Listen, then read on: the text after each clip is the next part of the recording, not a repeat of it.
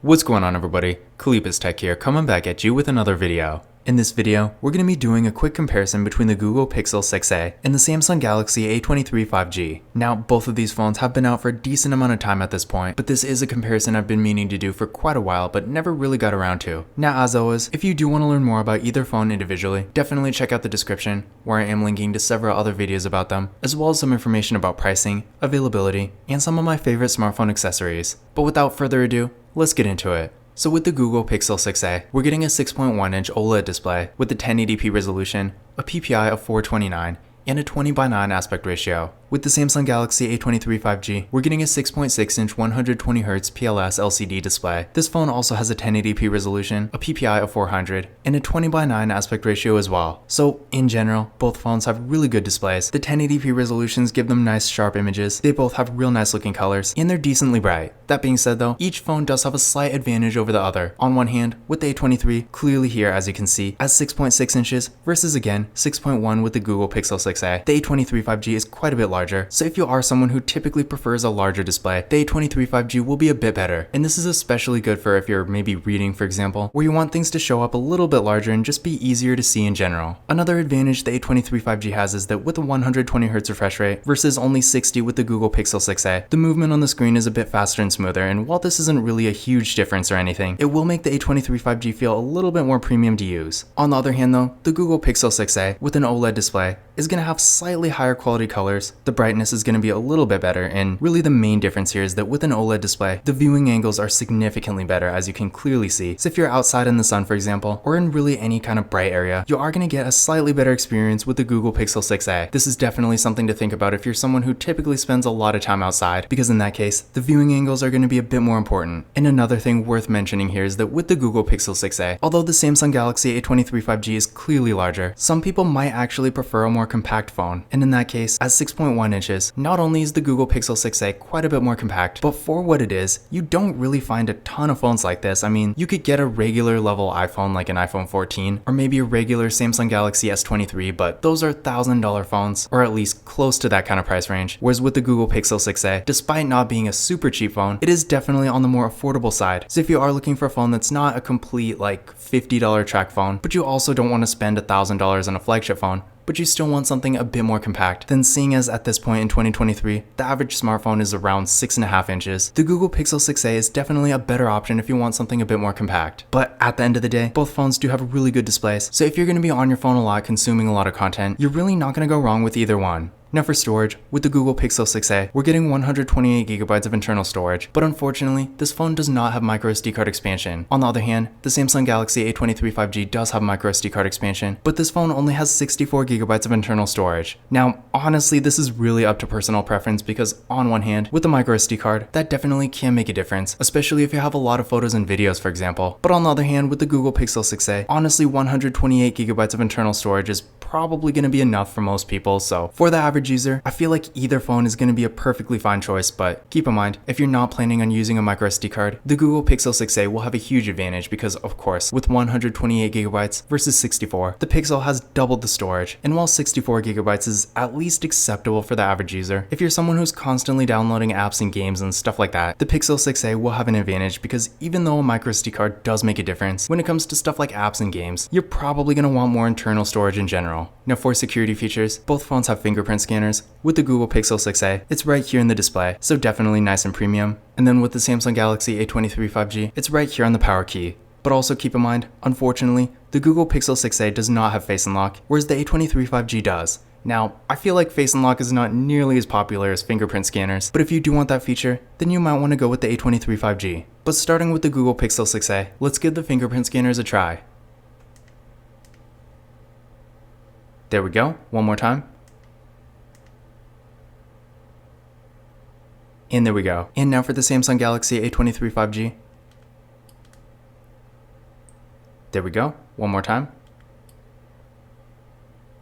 And there we go. So as you can see, both fingerprint scanners were real fast and responsive, no issues at all. And again, remember, the A23 5G does have Face Unlock, so if you want to use that instead with this phone you can. Whereas unfortunately, the Google Pixel 6a does not have Face Unlock, it only has the fingerprint scanner. Now taking a look at the camera setups here, with the Google Pixel 6a, up front, we get a nice hole punch design for the selfie camera. This camera is 8 megapixels. Then on the back, we got a dual camera setup with a 12.2 megapixel main camera and a 12 megapixel ultra wide camera. And then for video, this phone can record 4K videos in the rear camera, but only 1080p in the front. With the Samsung Galaxy A23 5G, up front, we got a water drop notch for the selfie camera. This camera is also 8 megapixels. Then on the back, we got a quad camera setup with a 50 megapixel main camera, a 5 megapixel ultra wide camera, a 2 megapixel macro camera, and a 2 megapixel depth sensing camera. And then for video, this phone does max out at 1080p in both the rear and front cameras, so no 4K at all. Now, in general, at first glance, seeing as the A23 5G has a quad camera setup and the Google Pixel 6a only has a dual camera setup, it might seem like the A23 5G has a huge advantage, but honestly, the depth sensing camera really doesn't make a difference because keep in mind, the Google Pixel 6a in general is a bit higher end, so the hardware on this phone is just better, so it doesn't really need a depth sensing camera for stuff like portrait mode. So yeah, that part doesn't really count. So really the only real difference here is that the A23 5G does have a macro camera, whereas the Google Pixel 6a doesn't. And honestly, I feel like for most people, that's not really going to make a huge difference in the grand scheme of things because keep in mind, the Google Pixel 6a does have some pretty good zoom, so you can still get sort of close-up detailed images with it. But of course, if you really want a dedicated macro camera, the A23 5G will have a bit of an advantage. But again, keep in mind, the Google Pixel 6a can record 4K videos in the rear camera, and the A23 5G can't. So if you're recording a lot of videos and you maybe want that higher resolution, then you might want to go with the Google Pixel 6a. And when it comes to overall photo quality, I would definitely say the Google Pixel 6a is significantly better. With this phone, you are really getting flagship level photo quality. So if you're taking a lot of pictures, maybe you're a content creator for example, in that case you really are going to get a great experience with this phone. And compared to the A23 5G or really any other mid-range phone, the Pixel 6a is definitely a pretty big step up. That being said though, the A23 5G definitely does not have a bad camera. In fact, for the average user, for more casual use, maybe you're posting a couple pictures on Instagram every now and then or something like that, the photo quality you get with this phone is still perfectly fine. And honestly, I feel like in most situations, you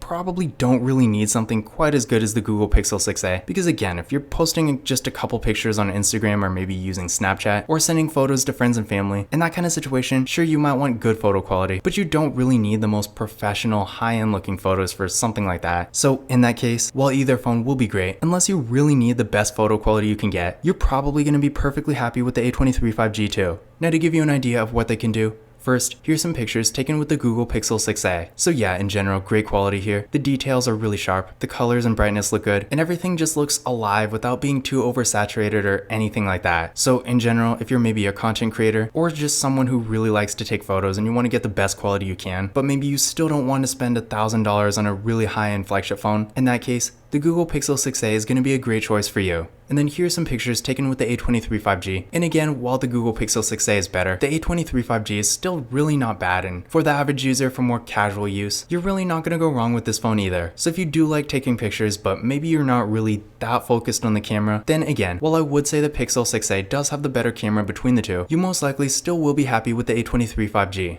Now when it comes to RAM and processor, with the Google Pixel 6a, we're getting 6GB of RAM with the Google Tensor processor. With the Samsung Galaxy A23 5G, we're getting 4GB of RAM with the Qualcomm Snapdragon 695 5G processor. Now between the two, there definitely is a significant performance difference, with the Google Pixel 6a being quite a bit faster. So if you're going to be on your phone a bit more doing more demanding activities like higher performance mobile gaming for example, in that kind of situation, you are going to be quite a bit better off with the Google Pixel 6a. Because while the A23 5G is not a slow phone by any means, like you would probably expect, the Pixel 6a is at a completely different level. On the other hand though, again, the Samsung Galaxy A23 5G, while not being nearly as fast, is definitely not a slow phone, and for more basic activities like web browsing, social media, watching the occasional video every now and then, and maybe some light mobile gaming, the A23 5G still will get the job done perfectly fine. So if you're not going to be on your phone a ton, but you still want something that has solid performance for more basic use, then you really won't go wrong here either. Now I did run a benchmark test on each phone using Geekbench 6, and here are the results I got. So again, as you can see here, quite a difference, with the Pixel 6a being significantly faster. So again, if you do want the faster phone between the two, maybe you're really just going to be on your phone a lot using it a ton, especially for more demanding activities. In that case, you will want to go with the Pixel 6a. But on the other hand, if you're more of a casual user, then again, in my experience, the A23 5G is still plenty fast enough for daily activities, and I personally haven't had any performance issues, so overall definitely not bad for what it is. Now for the battery, with the Google Pixel 6a, we're getting a 4,410 mAh battery that supports 18-watt fast charging, and with the Samsung Galaxy A23 5G, we're getting a 5,000 mAh battery that supports 25-watt fast charging. So between the two, the A23 5G will actually have a pretty significant advantage because in addition to not having as large of a battery, for a phone that has a 4,410 mAh battery, I mean, that's really not a small battery. But at the same time, in my experience, the battery life with the Pixel 6a really isn't the best. Sure, it's not terrible, and if you're around a charger for a decent amount of time, you're probably not even gonna notice. But at the same time, compared to a phone like the Samsung Galaxy A23 5G that has exceptionally good battery life, again, the difference is definitely pretty noticeable. And while the fast charging itself is not really that different, 18 versus 25 watts, you'll probably notice, but maybe not really so much. In general, in pretty much every way, the battery we get with the Samsung Galaxy A23 5G is significantly better. So if you value battery life and longevity and charging speed over something like performance and the camera quality, then you're definitely going to want to go with the Samsung Galaxy A23 5G. When it comes to software, both phones have Android 13, which is really not surprising because on one hand, the Pixel 6a is a Google phone, and with the Samsung Galaxy A23 5G, Samsung really has some of the best software support you can get. So as far as that goes, both phones are great choices here. And in addition to having Android 13, with either phone, you can expect to get several other major updates in the future. So definitely great to see there. When it comes to other features, both phones do have NFC. So if you like to use tap and pay, you'll be happy to know you can do that with either phone. But unfortunately, with the Google Pixel 6a, this phone, like pretty much every higher end device, does not have a headphone jack, whereas the Samsung Galaxy A23 5G does.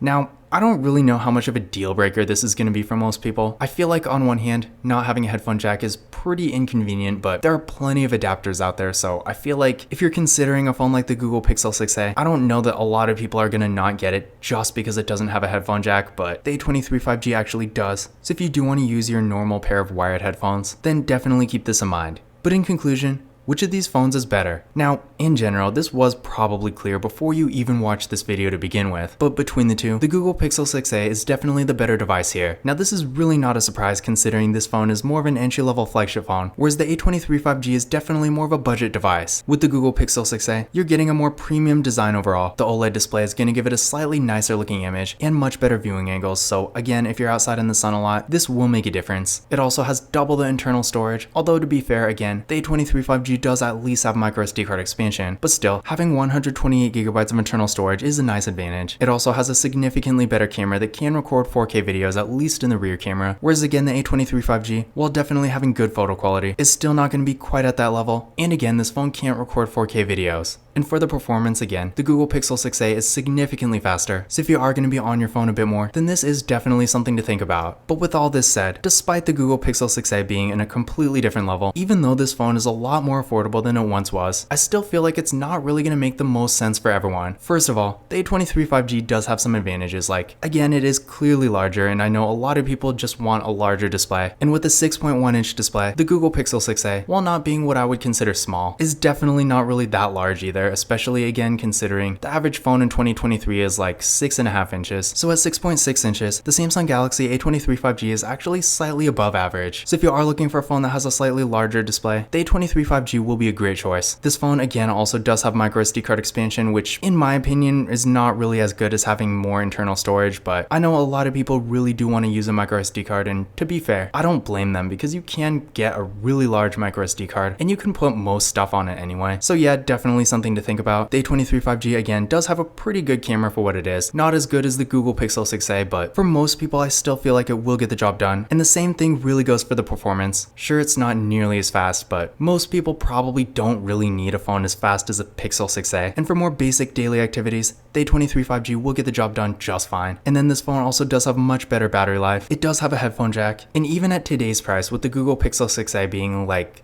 $300-400 unlocked, the Samsung Galaxy A23 5G is still quite a bit more affordable. In fact, depending on where you get it, you can get this phone for as little as $80 or even for free through a carrier. So in general, if you're really looking for a more affordable basic device and you don't really need a ton, but maybe you want a nice display, decent performance, a great battery, and a nice camera for more casual use, then in that case, the Samsung Galaxy A23 5G is really all you're gonna need. But if you are looking for a bit more of a high-end device, maybe you want to get that really nice camera quality, a ton of internal storage, and really good performance, but you don't want to spend $1,000 on a flagship phone, then in that case, the Google Pixel 6a will be a great choice for you. But this concludes my comparison between the Google Pixel 6a and the Samsung Galaxy A23 5G. Again, if you want to learn more about either phone individually, definitely check out the description, where I am linking to several other videos about them, as well as some information about pricing, availability, and some of my favorite smartphone accessories. But that's it for this video. If you enjoyed it and found it useful, be sure to give it a thumbs up and hit that subscribe button. Don't forget to follow Kalibas Tech on Twitter and Instagram. And as always, I will see you in the next video.